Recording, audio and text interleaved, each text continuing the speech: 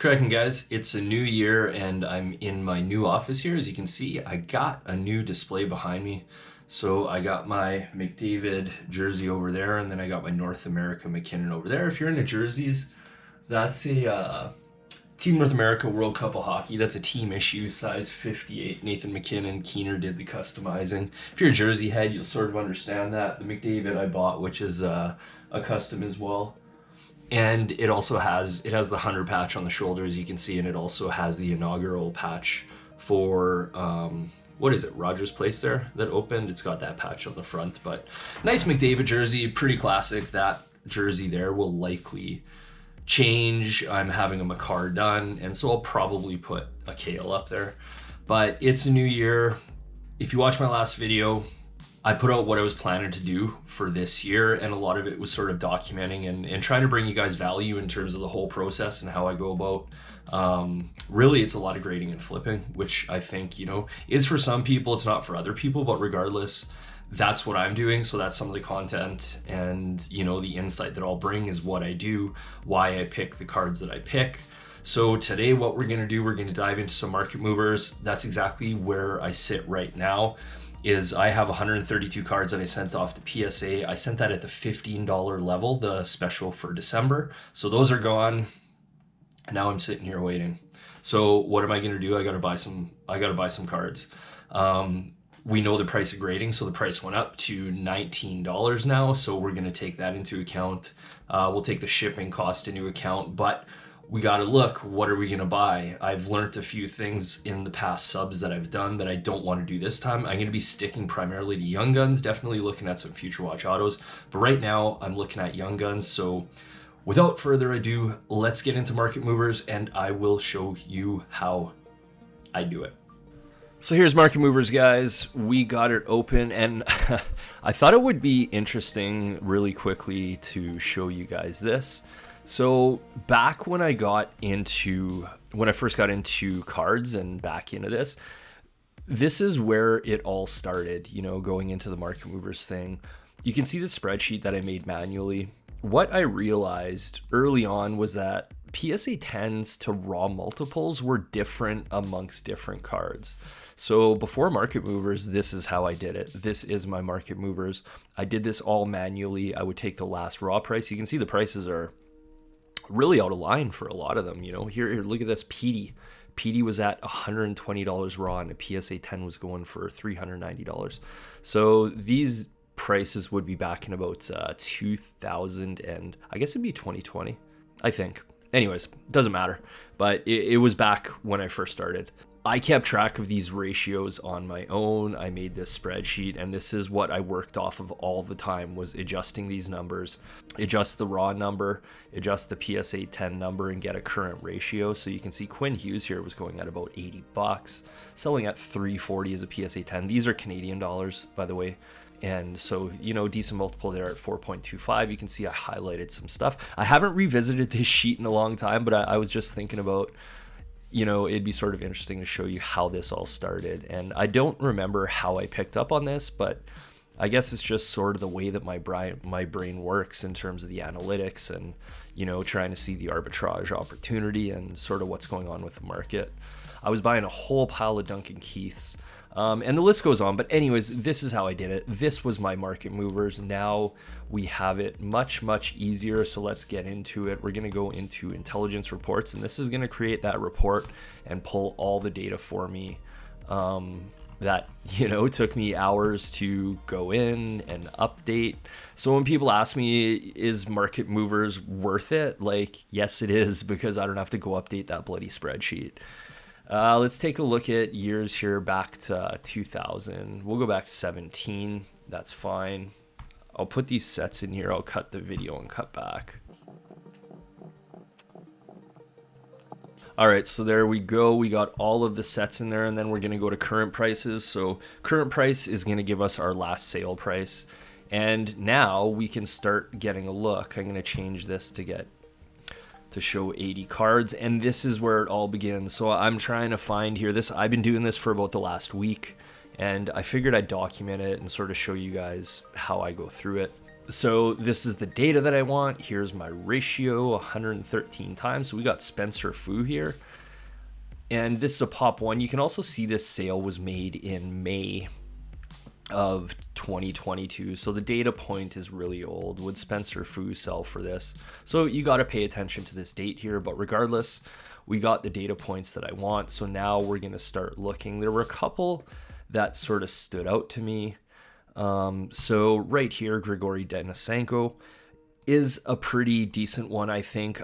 Full disclosure, I did end up buying a few of these on ComC at somewhere around this price, between $1, and I think I bought a couple at about $2.50. I only bought 3 of them, but he's got a multiple of 53, and the pop isn't on here, but selling at $80, pretty reasonable. Now, so Grigory Denisenko has spent most of his time in the AHL this year. He just played a couple of games with Florida. Not sure if he's staying up. He had an assist against the Maple Leafs, but everyone gets points against the Maple Leafs, right? So no big deal there.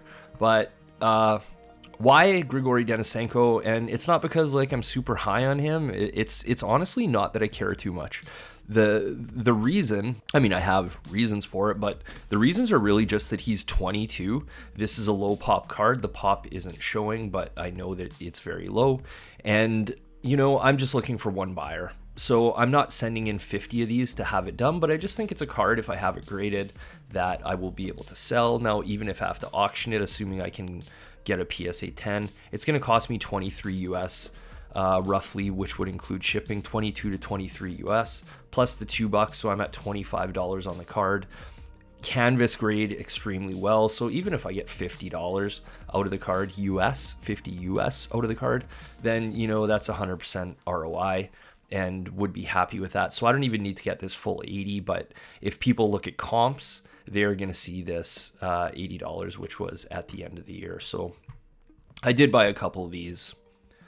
Take a look at a few more guys, you know, you see these high multiples. So here, let's take a look at Adam Boquist. Like, not so bad. The problem is it's $23 to grade, right? So we'd only be into it for 25, but last sale, people are going to look at the comp of 65 USD and they're going to want to go lower. So I try and end the sale, actually, as we can see here, was also back in September, so not great data. The point being is I sort of want to get a card that is closer to, you know, a couple bucks if I'm in this range and has, you know, $75 to $80 plus, just giving us that bit of extra upside from both an ROI perspective and, you know, a nominal dollars return perspective. Here is Peyton Krebs, and I did have a bunch of those, and I don't think they were in very good shape. He's down at $42. That could be a good off-season buy if you can pick up Peyton Krebs at, like, I don't know, $25 US for a PSA 10. I don't think there'd be anything wrong with that, but anyways, there's Krebs. We're going to keep scrolling, you know, so right here, Matthew Highmore, Joey Decor, Jordan Greenaway. I actually did take a brief look at this one. I think this one looks really juicy. It's only a pop 29. I haven't pulled the trigger on it, not sure if I'm going to, but this is certainly one that speaks to me. And again, it's Jordan Greenaway. I'm not like, oh, I'm high on Jordan Greenaway, he's going to be, I just need someone to buy it. You know, a Minnesota fan, just need one. So I wouldn't go and grade a whole pile of these, but fit it in if people are going to look back. And again, here's an October comp, so I don't know if I could get this. Just the things, those are some of the things that I'm thinking about is I really just need one fan. Some plays are worth sending in, you know, 5, 10 and sending in quantity of the player. I certainly think there's a time and place for that, but for a lot of these lower dollar ones, I'm typically just going to send a smaller quantity, maybe 2 or 3. It really just depends on the card. So next one we'll take a look at, again, full disclosure, I did buy a few Cam Yorks, so this is a perfect one, sitting at under $3, $2.75, multiple of 27, low pop 16, so I'm sure there's a bunch of these there. And the next question would be, where do I look for my cards? Primary place is ComC.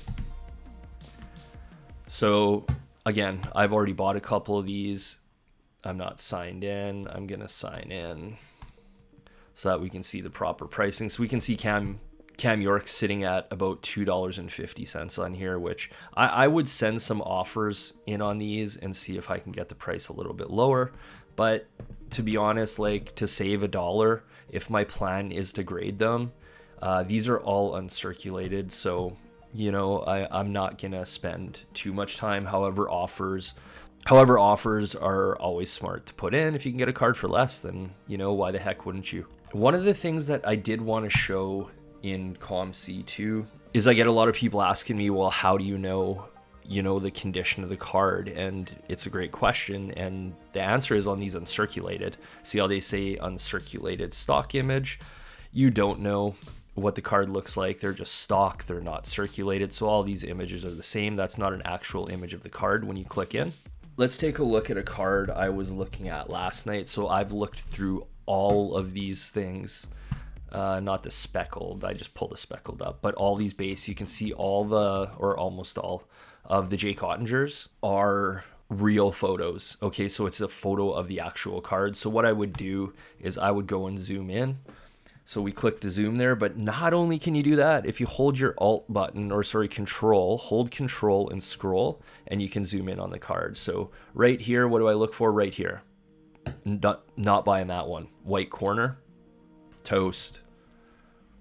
No good. Let's take a look at the next one. And again, I've looked through all of these. So you can see this green here. Again, you can only deal with what we have in front of us, right? So no, it's not a perfect picture. I'm not going to do 100%, but I can rule out some of the real shitty ones. Okay, so this corner here looks like pretty clean. You can just see the green. It's nice to have that dark back there. The green runs and it looks nice and square. This looks like there could be a possible flake, but we wouldn't know. And these corners a little bit tougher to tell. And then when you get on the backs with the white, it's very tough. But, you know, we do the best that we can. So this card looks actually pretty reasonable. We'll take a look at, say, one more, and I'll just show you what I'm looking at. So again, right here, this corner looks like okay, but you can see that the green sort of comes in from the right to the left. That is a little bit sus to me. This corner just doesn't look square. There may be white in the background. Let's take a look at a different one. See, we have another white spot there, so this card is no bueno. But this is just how I would look through a card. So you can look along the edges. Some have better pictures than others. If you have an elite item, it's going to show. But this is sort of what I'd want to see right here. Like, again, this corner, green, nice and tight. So not likely flaked. If it is, it's really small. Now this looks a little bit suspect because you can see the rounded dark. But that's just a little tip, is use that control button so that you can zoom in. And guys, all we can do is do the best we can, right? Like, just rule out. I've been really lucky with like doing Stutzla tributes, which have graded really poorly. And I've done really well being able to send in a high percentage of them to PSA. And I think I've only gotten 1 9 on those. Maybe I've gotten no 9s on the Stutzla tributes. I don't know. I have, I think, 4 of them, or had 4 to 5 of them, and I think I still have 3 left. But anyways, I did really good just by doing this, because you can zoom in and have a look and just cut out the garbage. I just want to see if we can find an elite item so you can see what that looks like. Here's an elite item here. So this one we can zoom in really well. This looks okay. There may be a flake gone there. That looks really tight. See this white on the top? That's just usually like a bevel. That actually looks like really clean. That's not like edge damage or anything. Taking a look at these edges. Some people look at the foil part here. I really don't care. Don't look at it very much unless it's egregious and it really stands out. Same with this stuff on the bottom. But this card looks pretty solid. See the edge? That's just from being cut. But this card, good quality image, but that's how I look at it. Anyways, so there we go. That's where I find my cards. We'll go back to Cam York. So this is primarily where I find my cards. However, I will look on eBay too, especially if I'm looking for Future Watch autos or something. And remember too, another tip is if you're looking on eBay, if the pictures aren't good, don't feel bad, or Facebook or Instagram, it works too. just message the seller and ask for close-ups of the front and the back corners. I do it all the time. I don't feel bad about it. If they don't send the pictures, well, I don't care. I'm not buying the card. Like, that's okay. I have no problem when people ask me to see, you know, the corners or condition. Yeah, don't be scared to ask for extra pictures. I don't remember why I came back to Cam York, so we'll just skip that. But we'll keep looking here. Zach Whitecloud, $3 card. This sale was in September. Brandon Hagel, we're just talking about him in the Discord. Yeah, but he's only at $47. No dice there. Keep scrolling. I know there's one on the next page that I sort of wanted to look at, but this is generally, I've gone through this list and I go through it a lot more extensively. I sort of think about, you know, who the player is, take a look at the prices, and is it worth it? Like Eric Hallgren right here. We have, first of all, Series 1, shit quality, so you want to remember that. Let's take a look at, here's another resource. So this is one that I would use often, is GemRate. Shout out to GemRate. We're in GemRate. What I'm going to do is I'm going to click on player data here, and we're going to take a look at the quality of those Eric Kallgrens and see how many have been submitted and what's going on with that. So here we go. We have the base card, and there have been 20 submitted and 10 have gemmed. That's actually a really good rate for this series. Obviously, the sample size is pretty small at 20. Not as bad as some of the other cards. A lot of these Series 1 cards are gemming at about 30%, between 30 and 35%. So this one isn't so bad. The Kallgren I would look at for one reason. Can you guess what it is? It's $5, and it's low pop. Doesn't even show the pop here. It's pop 10, as we just saw in GemRate. Maple Leafs, right? He's a Maple Leaf, so that makes it good, and that's also why someone, you know, people are paying $85 for it. This was a couple weeks back, but that's definitely one I would look at and sort of intrigues me a little bit. This is one that intrigues me, but I have like 3 of them. They don't move particularly well. They are low pop. I'm fine sitting on them. Timmy Stew, hat trick the other night, but I don't know. Maybe people just don't like the tributes. Gustafsson, $47. So this one's too low, $3 to $47. Over half of that is grading cost. So this is generally, again, what I do. I'm going to go through this, keep going. There's one other card that I just wanted to take a quick look at. I do have a couple of Wallstroms there, which are holding up really well. I paid about $20 Canadian for the Wallstroms that I sent in. I've just had them sitting and sitting and sitting, and I ripped them out of the box. So now he's down to $5. Pretty crazy. Cal Peterson, $2.28. No dice there. Barabanov, Wallstrom canvas. Gabe Velarde, I do have a PSA 10 of this, $46. I won't sell it for that. I'll hold tight, wait till the playoffs. Hopefully Gabe scores the first goal and everyone wants to load up. Jeremy Swayman, this is one that I would be looking at for sure. The problem with Jeremy Swayman, we'll take a look on ComC, and the problem is he's up at about $10, so a little bit high. Again, we can get in here and zoom in. I already walked you through that. Jeremy Swayman stands out to me a bit.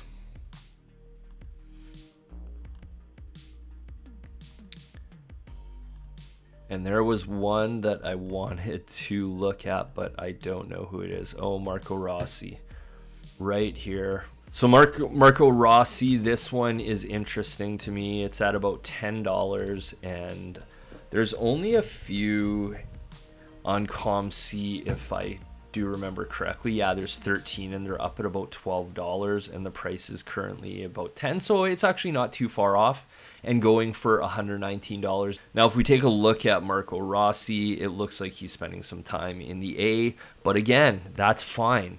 This is one that I would be more likely to load up on a little bit just because of age. He's only 21.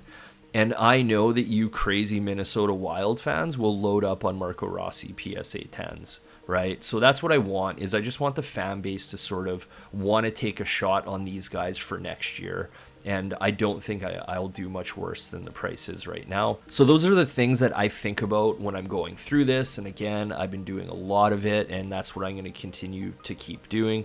If you like what Market Movers has to offer, the code is down below. I'll put it on the screen, LAP1BUCK, and you get your first month for $1. And if you like it, you can continue on. It's not for everyone, but it helps me out a lot. This is a way that I use it. One of the primary ways that I use it actually is for the ratios, so that I don't have to use this bloody thing as we talked about before. But there you go, guys. I hope it brings you some value. Leave me a comment below. Who are you buying? Who do you like? What you doing? Hit that like button, subscribe. We'll check you.